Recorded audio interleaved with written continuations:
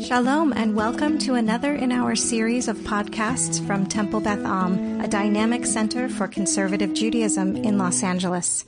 Rabbi Pernick and I think we've mentioned this a few times, but Rabbi Pernick and I actually first met through this program that we were on through our different rabbinical schools. And our friend Tarlan, Rabizadeh, who is also a rabbi, is a Persian rabbi. And so we were hoping that maybe she would be able to come today and talk a little bit about growing up as a, we'll call her Sephardic, but Mizrahi Jew, and because Rabbi Pernick and I are about to talk about the differences between Ashkenazi and Sephardic customs, and neither of us are Sephardic. So we thought that it might be fun to have her join us, and we've done everything but grade her papers for her to show up today. And so maybe she'll show up, but for right now she's not here. So I'll let Rabbi Pernick kind of introduce based on what he talked about in his class an hour ago, and we'll take it from there. Great. So we were talking, we talked a little bit earlier. I said, normally we'll sort of focus on texts, but this one is much more, right, it's less of a text and sort of halachic conversation, and much more of a cultural conversation, as we've been touching on, of Amir sort of trying to figure out his place. And his story is a very common story, for people who are interested in Israeli history. When the Jews from Arab lands, when Jews were expelled from Arab lands, they were sort of sent into what were known as ma'abarot, into these sort of, what's the English word? Almost like assimilation camp, like these outposts. I can't think of the English word. Absorption camps, and they were very much on the outskirts, on the periphery of Israeli society, and culturally were sort of treated as on the periphery, on the outskirts of Israeli society. And it's important to note that, these people were not poor in the countries where they lived. They were very successful. They were doctors, they were lawyers, they were very sort of high up in the countries where, at the same time of the War of Independence, Israel kicked out / people fled, Arabs fled from Israel, and Arab countries sort of kicked out their Jews, and there was this sort of population reversal that went on in those early years of the state. But these people came to Israel, and there were no jobs for the men, and they were told, to be Israeli means to be Ashkenazi Israeli, and sort of fitting this Zionist mold that the Ashkenazi, the Eastern European sort of philosophical founders of the state, really sort of believed in. And it was incredibly difficult for those early generations of Mizrahi Jews who, were coming to the land of Israel, the land they dreamed of, and are being told oh, your Judaism is not real Judaism. Real Judaism is this sort of foreign Eastern European, for them, foreign Eastern European thing. As I mentioned, there's no jobs for the men, so they're just sort of sitting and really emasculated. And really it was sort of the children who grew up in those early years, who then in the 70s sort of revolted, essentially. There was a party or a group known as the Black Panther Party. There were Michael mentioned earlier being in Israel in 1971 when there was sort of this riot clash between Ashkenazi and Mizrahi Jews. It ends up leading to, in 1977, the election of Menachem Begin, who's not himself Mizrahi, but who cultivated support among these Mizrahi Jews, who the establishment had kind of ignored up until then. And so what we're seeing, and that's in the 70s, but this sort of cultural tension is something that has continued over the decades since then. And the story that Amir sort of tells of growing up in Ashkenazi yeshivas, Ashkenazi shuls, right? He himself isn't Ashkenazi, but that's just sort of that's the norm, that's the default. And I think, we see this thing now, and perhaps it's related to him getting married to an Ashkenazi woman, who, by the way, he fell in love with her because of her kuba. So there's which is a Sephardi food. So there is that piece, but he's sort of struggling or, toying with this identity that he just had never really explored as far as we know before. And so we wanted to talk a little bit about this, sort of the Amir story, the story of Jews, non-Ashkenazi Jews in Israel, or not just in Israel, in America as well, and sort of that navigation of those kind of cultural tensions. Is it my turn? Oh, yeah. There are a lot of things in the chat, so I'm just not really sure what else.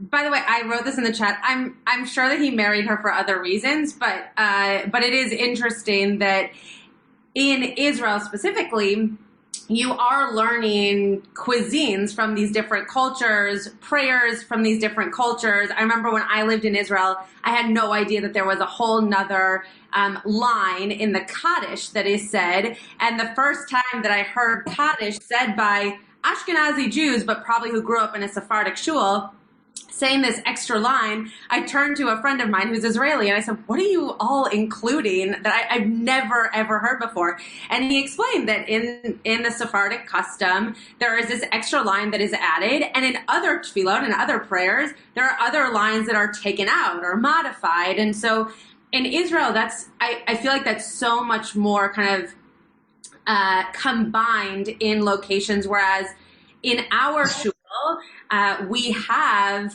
many Sephardic Jews, specifically Persian Jews in Los Angeles. There are many, many Persian Jews who live here in LA. And it looks like Tarlan might be joining us, which is very exciting. I'm afraid I'm going to have to give her like my firstborn child or something, but it's very exciting that she's going to be joining us. But there are many Persian Jews who will still go to Ashkenazi synagogues because their kids go to school there or whatever.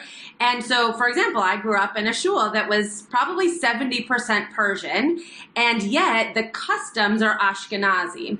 So as a shul, we've decided, in the shul that I now work in, and also the shul I grew up in, that the customs were going to be Ashkenazi, which goes, I don't know if you've used this term yet, but it goes to this kind of Ashkenormative society in America. And when actually last Shabbos or 2 Shabbos ago, we had one of our Sephardic members reading Haftorah for us.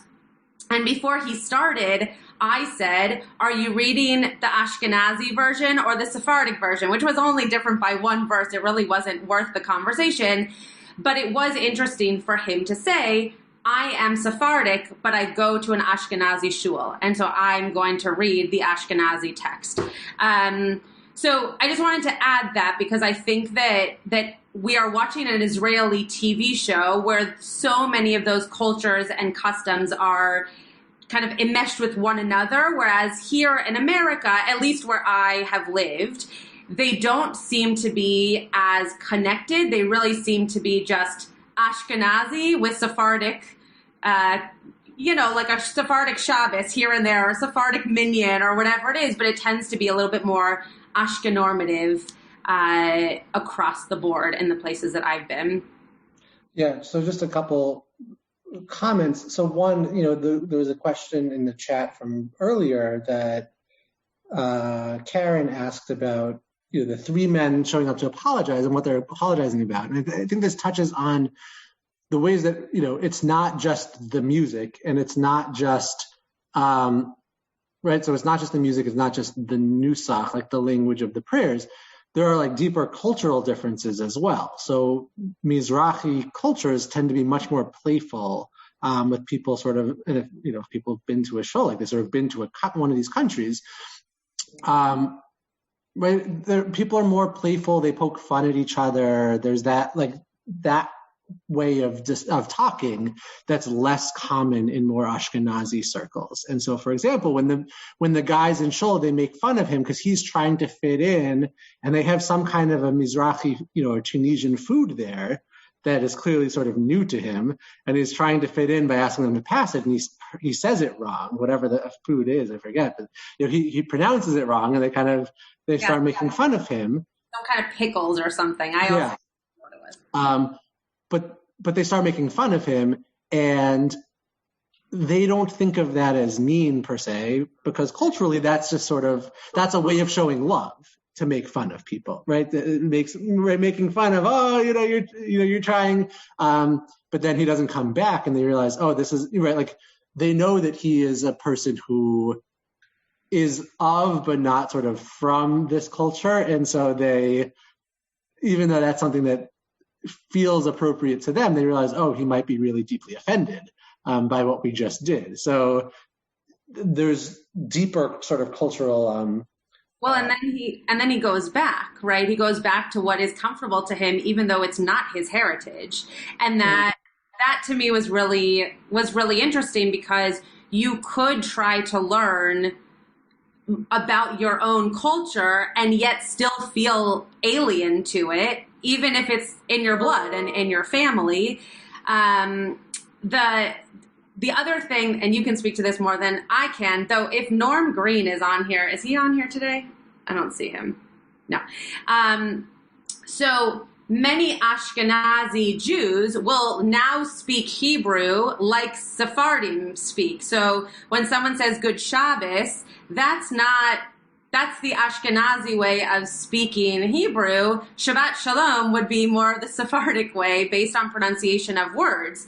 And I forget why I brought this up. Oh, because when you're going into a community where the Ashkenazi kind of lingo might be used, if you don't grow up in a place where you're hearing that, you're hearing more of the Sephardic language that has kind of become normalized, except for in like yeshivish, then you might think, I don't know how to speak around these people. And for him, it's very similar to just calling foods these different things. He just doesn't even know what they're supposed to be called.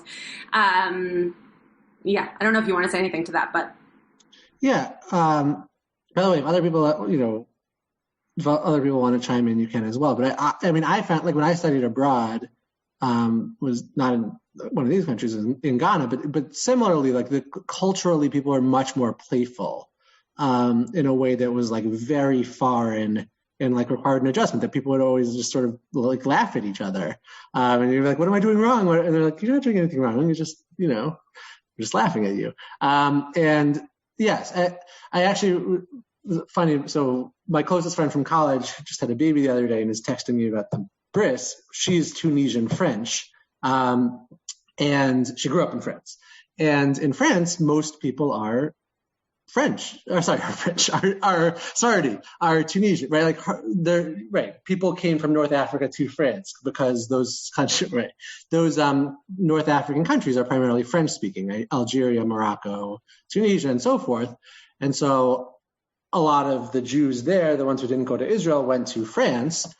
And, I remember when my friend Miriam went from France to, Brandeis, and there was sort of this culture shock thing going on, because there was just an assumption of Ashkenazi, of everything being Ashkenazi. And I remember even, taking a course on American Judaism, and there was, it was dominated by a conversation about, the Ashkenazi Jewish story and the Holocaust and things like that. And a lot of Jews are like, from those places. It's just not, they have a very different history, also, a history with tragedies, but it's a different, the Holocaust is not something that necessarily has the same emotional valiance, because it wasn't really their story. The expulsion from Spain in 1492 is a huge piece of their story that's like really, still felt, and people still talk about, but it's less a part of the Ashkenazi story.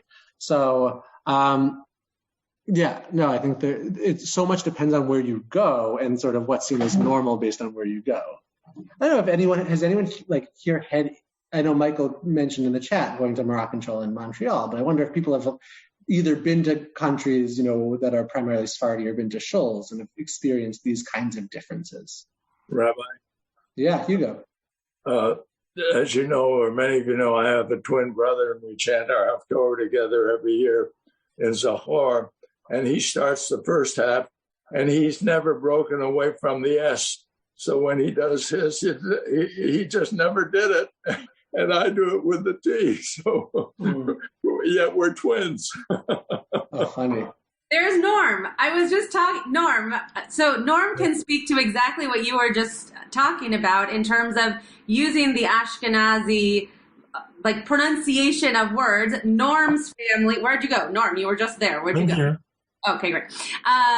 Norm's family does that as well, and I had never heard it used in a prayer setting until I started coming to Temple Beth Am. So Norm, you can speak to that if you wish. As to why I use Ashkenazi, it's because that's what I learned when I was a child, and I've stuck to it. I read a book once in 1973 on Ashkenazim and Sephardim that said somebody who tries to switch the way they pronounce is likely to make a fool of themselves and become a laughingstock. And elsewhere in that same book, it said that there are 13 gates for Jewish prayers to get into heaven, one for each of the tribes, and one for those who do not know their tribe. And for that one, for your prayers to get in, it's important that you should pronounce the same way your ancestors have been pronouncing, so they'll be able to keep track of you and sort you appropriately. For whatever the reason, I do that. And interestingly, when she lived in Los Angeles, the founder and head of Women of the Wall used to feel strongly that we should all use Israeli pronunciation and not Hoffman.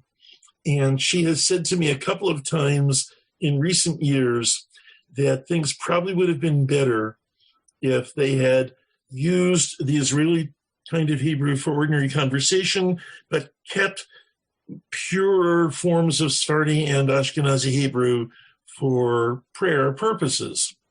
I'm not exactly sure why she came to that conclusion, but sometimes she's addressed it a little bit. I just don't remember precisely. But as for having gone to different services, I've been in predominantly Sephardi congregations in Israel and in California. And I've also been to the Karaite congregation in Daly City in California, which is a fascinating experience and one which I would highly recommend to anybody who drives on Shabbos and is willing to do that. I don't know if you know this, Norm, but the largest Karaite community is in, I don't know if they're still in Daly City, but they're, sorry?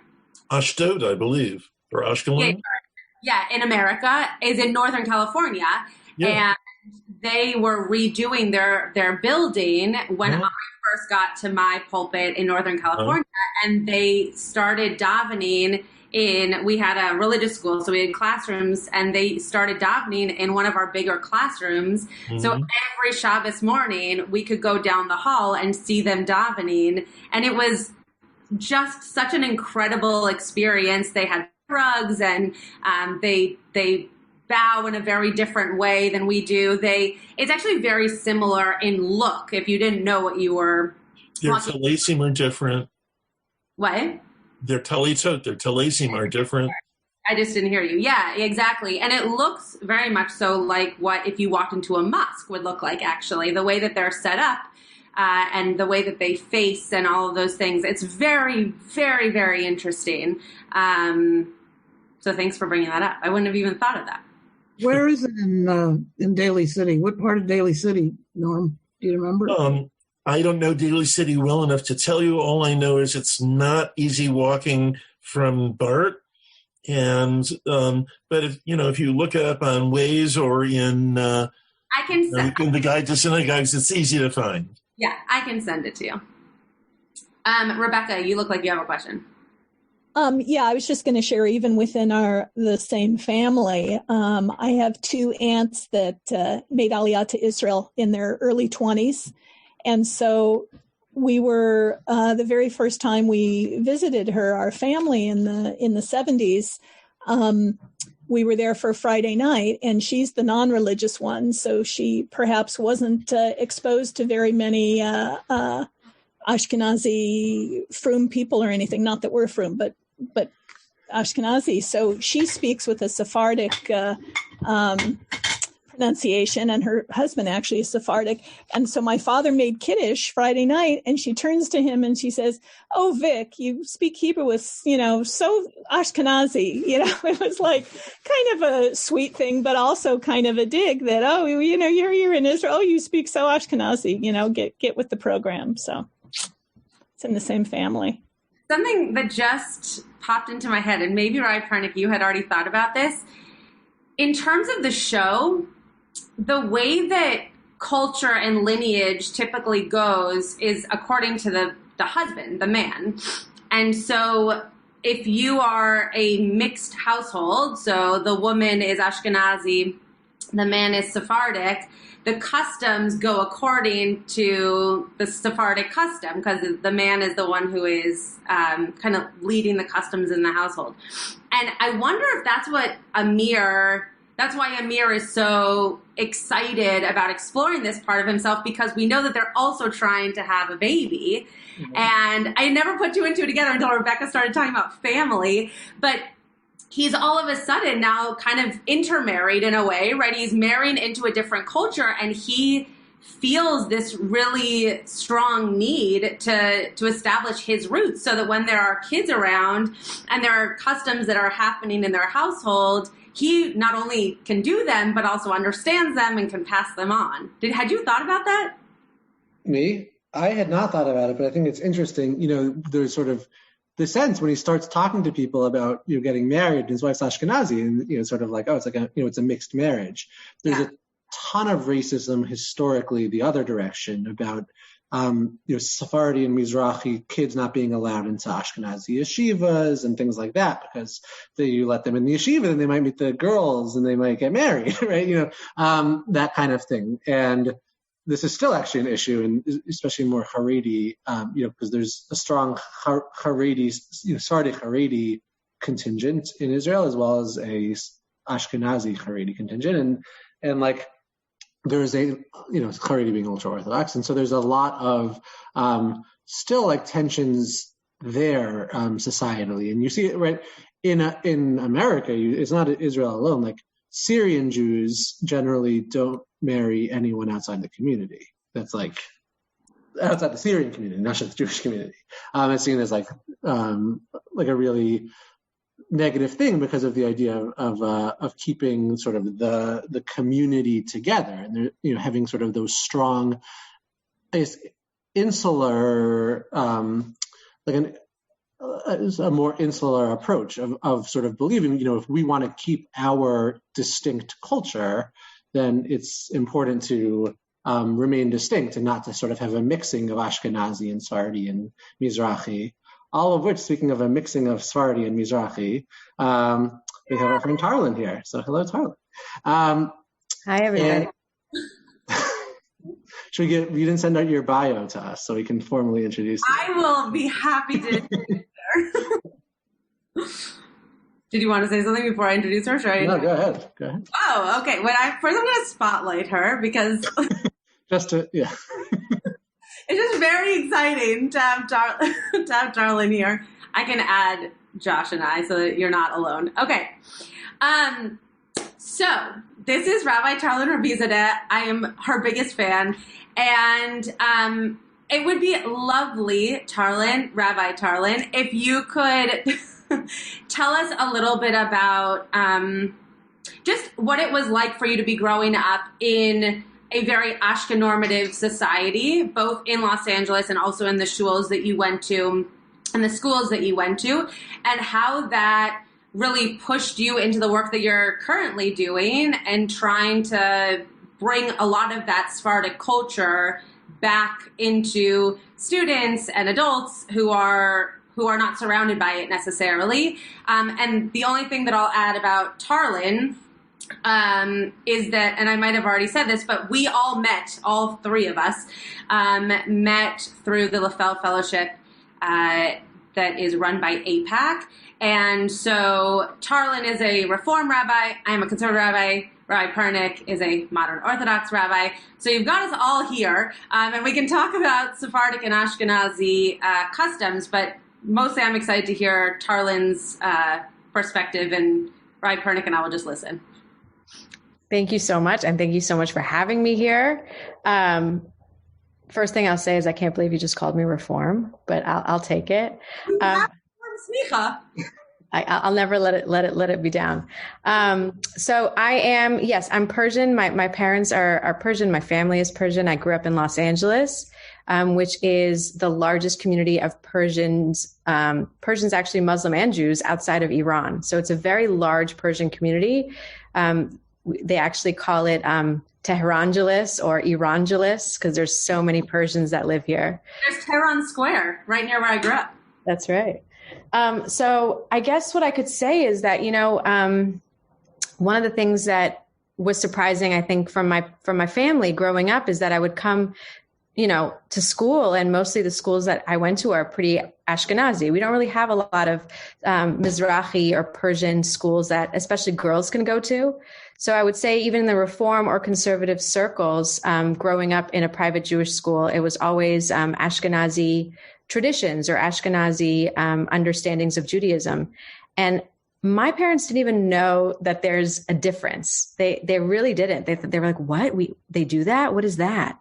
And so there's a lot of things that come around like Hanukkah and latkes. And people always ask me, and we're like, Hanukkah is not a big deal in the Persian world. I mean, you just light a candle if you're home, and if you're not home, you're out.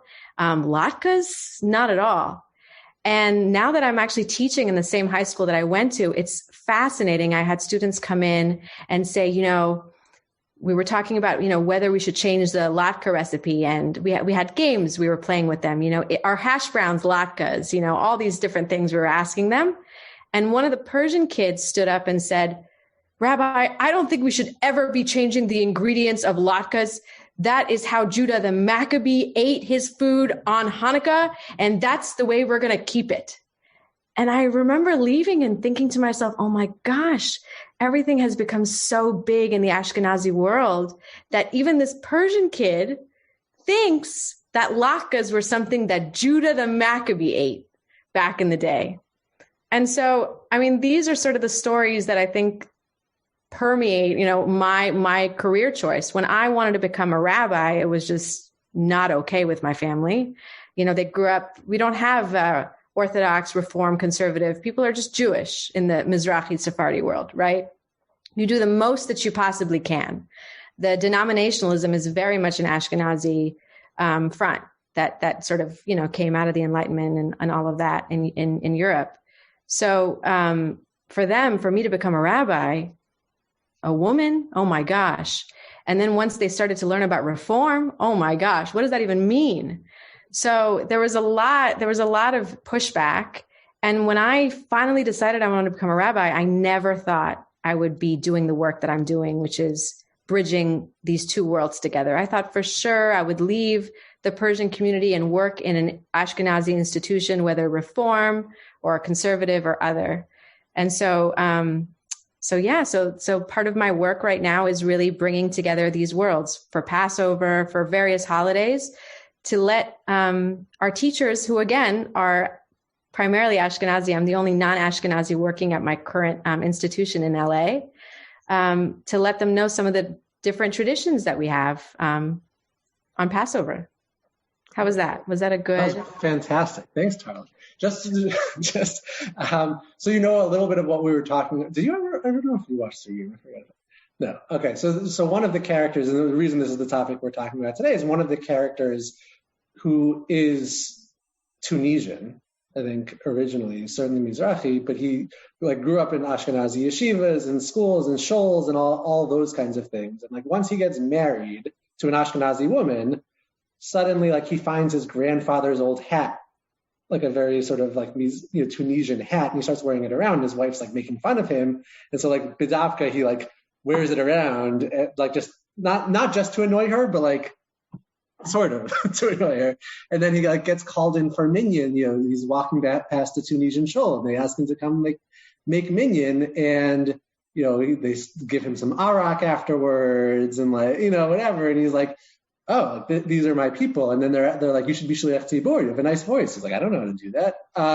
And so they're trying to teach him.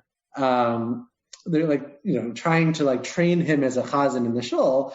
And that's sort of like what's going on in this episode is there's like this tension back and forth. He's like trying to learn, but he's also sort of kind of embarrassed. So when his wife hears his CD, like he has a CD of Mizrahi melodies for leading davening. You're muted, Rabbi Schatz. Oh, Chazanut is what I said. Chazanut, he's like embarrassed that she like found it, and he's like, why? And she's like, oh no, it's okay, we can listen to it. And he's like, no, I only listen to that to like learn what we're supposed to do. So he's sort of like navigating this like cultural identity, especially as it kind of relates to like being married to an Ashkenazi woman, and sort of like coming into his own after growing up so much like immersed in Ashkenazi culture. So I would like interested to hear if, and I know some people have hands up and things like that, but like if that's something you've seen either with students, if there's like, you see people who are sort of by virtue of being surrounded by an Ashkenazi culture sort of are like that more like, yeah, I'm Persian. I need to embrace this identity, or if that's something you ever felt. I think there's been a shift. I think that when I was growing up, I always thought we were doing something wrong, because we were always learning about these things, and I would go home and my parents would just have no idea what I'm talking about. But I think now there's just been this union of, Persian students, especially in the school that I'm working, and they just like laugh at things, one of my David Sager, which Rebecca, had a bunch of students read something on the board the other day in front of everybody, and it was just amazing to see a Persian student not know what cholent was. She goes, "What is that, chulent?" I've never heard of this. And I couldn't believe it, because when I was growing up, that's all you heard. And then I'd go home and I'd be like, cholent. And my dad's like, cho, what? Cho, and it was like, everyone's telling me that's what they eat on Shabbat. They're like, I've never heard of this. So things are definitely shifting, but again, there's still no representation in the leadership, I think. And that's what's difficult. So the rabbis come and they're like, oh, so you're, Yemenite, or so what do you do at home? He's like, I don't know, but we don't do this. They're teenagers. So I think that's been part of part of the challenge, and sort of naming that. But yeah. Let's take a few questions, especially hands shot up as soon as Rabbi Tarlan got here. So let's take a few questions, and then we can keep going. Denise, you were first, and then Renee. So I don't know if we know this answer, but it just popped into my head, and then I instantly raised my hand. I'm not sure if I should have. But I noticed that in the show, the guys in the Tunisian shul are all older guys. And it's very sweet, because they're taking like kind of a fatherly, avuncular role with Amir. But I just wondered, where are all their sons? How did it happen that all these old timers are in the shul, and like, where is everybody else? So can I give you a little bit of context, Tarlan? Yeah, because I have no clue. Like, sorry. That show context. Sorry. I'm just going to give Rabbi Tarlan a little bit of context. So the shul that Amir, this 30-something-year-old, is going to is full of these like, our parents' age guys who are davening all the time. But what Denise is pointing out is that no one Amir's age is coming. So are they going to Ashkenazi shuls? Are they not davening like their fathers are? What's the custom around that? Srugim is taking place in Israel, right? Okay, so I can't really speak to that. I can tell you that in LA, the Persian communities, or the Persian synagogues, or shuls, if you will, are all led by Persian rabbis who speak Farsi. And so you're going to have, it's an issue, because our generation doesn't really understand Farsi. I mean, I do, for various reasons, but most people don't. And I also think, the challenge of the mechitza, a lot of people don't want to do that. So it goes back to the idea of denominationalism, I would say, Denise, the idea that there isn't modernity yet in most Mizrahi communities. There is the way we do it. And, what do you mean you don't want to do it that way? So don't do it. It's like that still. And so what ends up happening is that when you have 20-year-olds, they're like, what do you mean? We're learning about democracy and boundaries and self-care and independence in our American schools. And we come home to eat that. Why aren't you marrying this person? Why aren't you so there's no medium. And so they end up leaving and saying, you know what? It's either I'm going to give up my music that I love and the heritage that I love so that I can be the person that I want to be, or I'm going to give up the person that I want to be so that I can be in the prayer service that's familiar to me. And I think that's really the tug and pull. And, there just hasn't been that change. And, You brought up something that I also think is really interesting to point out that, and please correct me if I'm wrong, that in most Mizrahi/Sephardic communities, the tendency is to have more orthoprax kind of upbringing, even if the way in which you actually practice your life is not necessarily the Orthodox way of practice, but in terms of shul, which is not what you call it, that's what I call it, shul and food and holiday observance and those kinds of things, they tend to be much more traditional. Isn't that the case? 100%. 100%. I mean, no, totally. First of all, I love the mechitza, but that's another story. I think, just so you know, I like the mechitza. It's familiar to me. What can I say? I think I'll give you one scenario that I think was just really telling for me. When my parents came to New York, when I was at seminary there, I was very nervous because they hadn't really seen me in a rabbinic role yet. And it was, the second to last year, I was giving my senior sermon, and it was a big deal. So, I wore my suit, I went up there and I gave my sermon and I came down and my dad said nothing for hours. We went to lunch, nothing.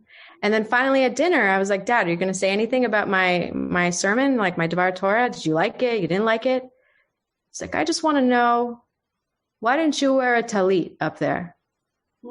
I was like, I don't know. I just feel like a talit is for men, and I don't know. And in the back of my head, I was like, because you guys are coming, I don't want to make a big deal. I'm not going to wear a talit. It's for men. I don't know. I just didn't want to. And he goes, this whole thing is for men. When you go in front of the Torah and the Ark, you wear a talit. That's all he said. And he just walked away. And I thought to myself, that's incredible. For him, it's like, obviously this whole thing is for men. What are you even doing? But if you're going to do it, you're going to do it the right way. What kind of a shaliach tzibur doesn't put on a talit? I don't understand. It was just incredible. Like, that is not the response that I thought I was going to be getting. So so that's the way it is. It's like, when I ask questions, it's like, you do it. Is it kosher? No. It's like, come on, let's argue. No, it's not. You want to do it? Do it. So those are the kinds of arguments that I think we really have. Instead of reforming things, it's like, no, what you're doing is not Jewish. I'm not judging you, but it's not Jewish. So yeah, those are the conversations for sure. Okay, Renee and then Norm.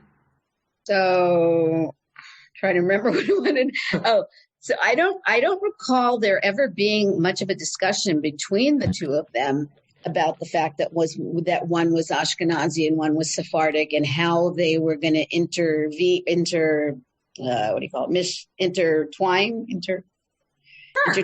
the two differences. Like, one day when we have kids, we're going to raise them this way, or even before we have kids, the regular way that we're going to celebrate holidays or Shabbos or whatever is going to be according to this or that, or a combination thereof.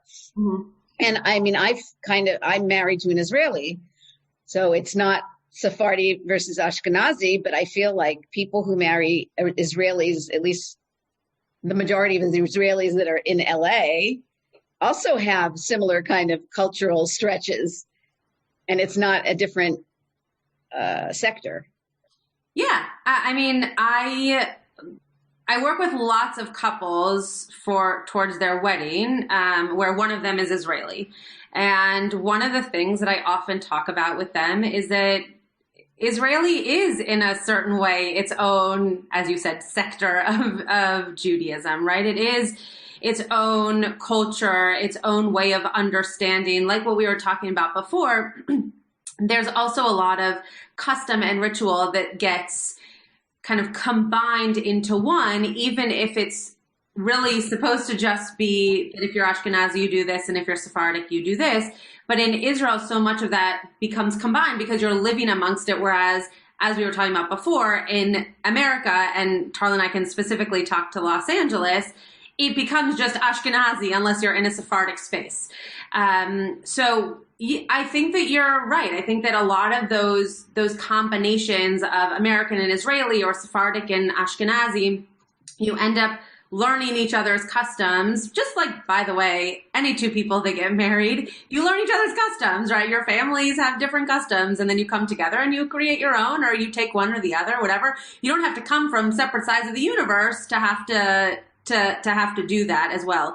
But I remember when we were trying to figure out when the kids got old enough to go to school, I remember my husband saying that he was pushing really that they go to Jewish day schools, which was surprising given his religious upbringing, because he said that as long as we're raising our kids here in the United States, if we were raising them in Israel, he said they'd know they were Jewish. But he felt like because we're raising them Dafka in Los Angeles, that in order for them to really feel that they were Jewish or know that they were Jewish, that it was more important that they had that scholastic training. Well, I think you're talking about two different things. The one thing I'll say is that usually when a Sephardi and an Ashkenazi or a Mizrahi, and however, marries, it's technically supposed to be what your father is. I mean, in a heteronormative traditional world, right? If your father is Ashkenazi, the kids are Ashkenazi, because, there's going to be issues when we come with Kitniot and Passover and all kinds of things. But I have heard that a lot about Israelis. They don't really, it permeates through, like, it's the whole country. There's signs in Jerusalem where it says on Yom Tov, on Pesach, no turning left. It's like the craziest thing, like there's rules. And then you suddenly come here and you're just like, there's nothing, there's not a lot. So yeah, there's like a missing element. Norm. Growing up and living in Los Angeles, I've had the impression that the Persian community and the other Sephardic communities are different, that the Persians have some customs, as obviously a language, but some customs in other ways that make them a different group from the Sephardim, just as the Italians are a different group from the Ashkenazim and the Sephardim. Am I completely off base by this? No, not at all. It's so hard for us. I think even for my family, they really struggle when someone says they're Sephardi, Mizrahi. They need data. Like, are you from Morocco? Should I give you some spicy food? Are you from Egypt? Like, what do you mean? So the lumping is really hard for us. I mean, we even say, Ashkenazim are different, but there's a little bit more of a stream. I think there's like a connection. I think from the little research that I've started to do, Persians don't speak Arabic. So all the Mizrahim, the Yemenites, the Moroccans, they do. And so in Iran, they sort of had an insular life in a different way because they weren't able to have responsum between the different communities when they had issues and they had questions. So a lot of their traditions are pretty unique. And they're not aligned. But I know I came in and Rabbi Pernick was talking about the Syrian community. The Syrian community is actually our go-to when we have a question. We have a question about death. We have a question about burial. The Syrian community, there is a hierarchy in the Mizrahi community, and the Syrians are at one of the top. And so that's something interesting that I've always observed. But yeah, I mean, they put us under Sephardi. Well, we're not Ladino, we don't speak Spanish, but the liturgy is aligned in a lot of ways. But for sure, yeah, the rituals are different. One of the things, right now that I'm talking about when we're starting our Passover is tadig. Yes, tadig is maror. We don't have horseradish. We don't use horseradish. We use lettuce. We use chazeret. We use the chazeret for the maror, for both of them.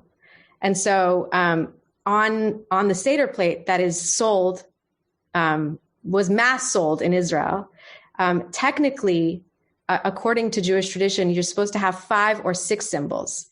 But the history says that they used 6 because it looked more like a Magen David, and they were mass selling them. So there's places for the chazeret and the maror, but really you just need the maror, one bitter herb. And the Persians only use lettuce. And there's there's reasons for it. I'll tell you just really quickly that the Egyptians were really soft with us at the beginning and then rough with us at the end. So we use the maror, the lettuce, to symbolize that. And so there's always pushback. That was one of the other things that I would go home and I'd be like, where is our horseradish? They were like, what are you talking about?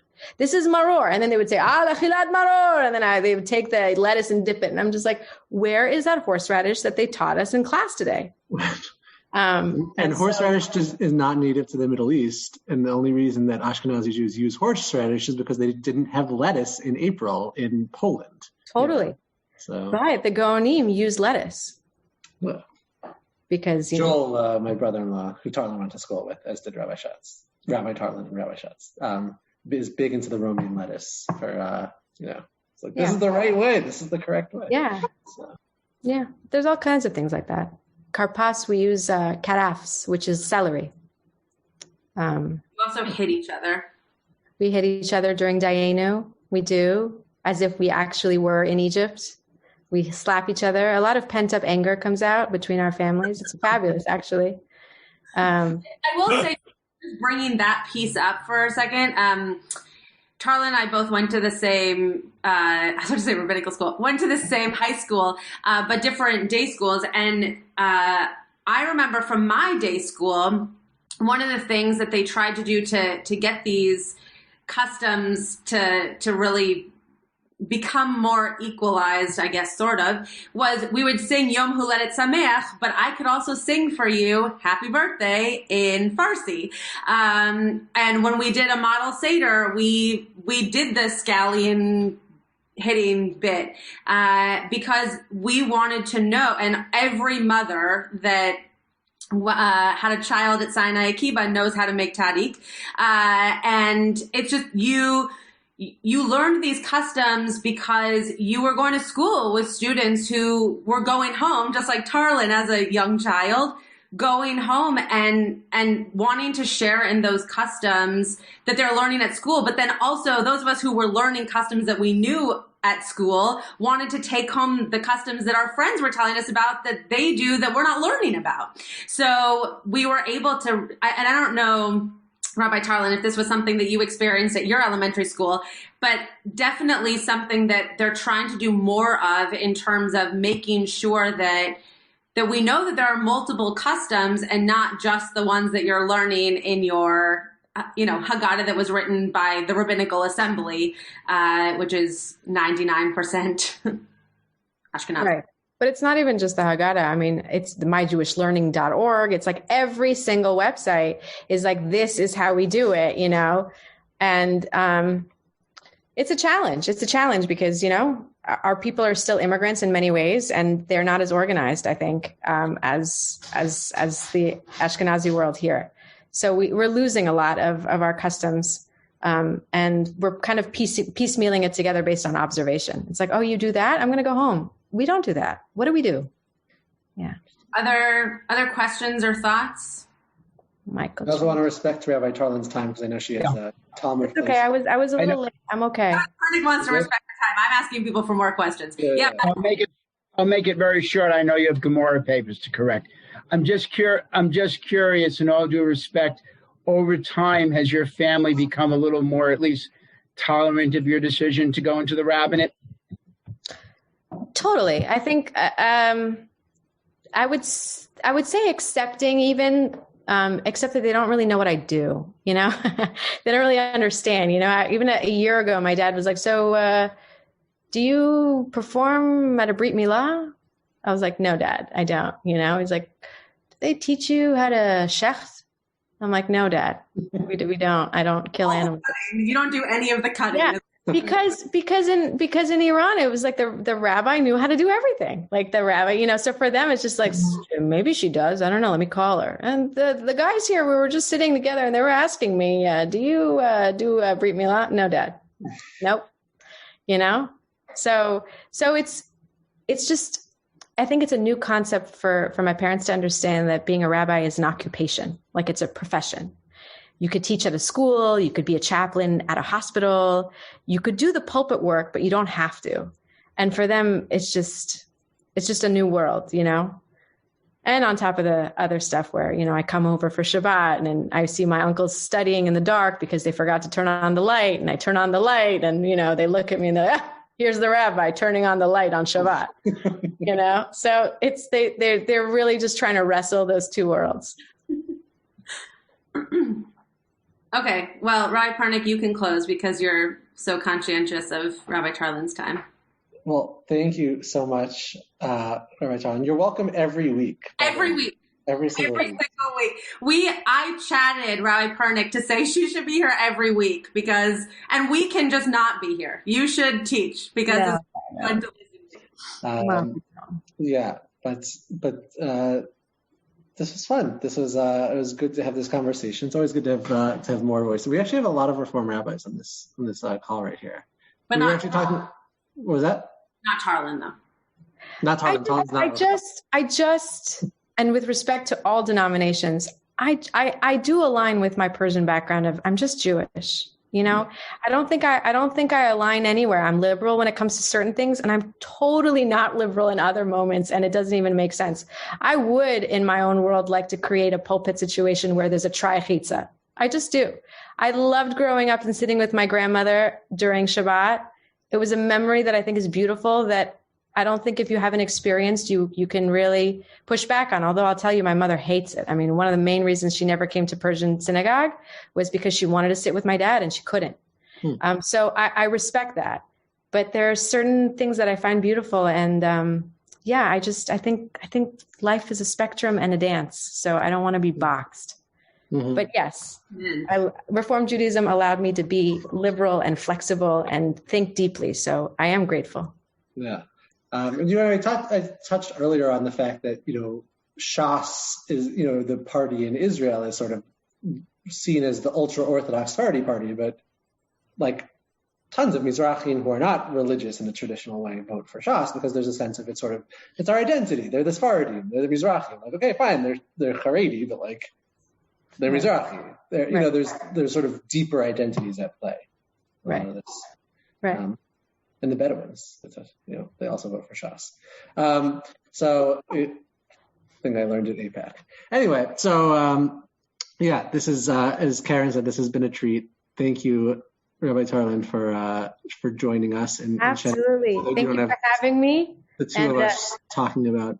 Can I just say one final thing about this? And these two hear me talk about this all the time, but I'm just going to say it out loud.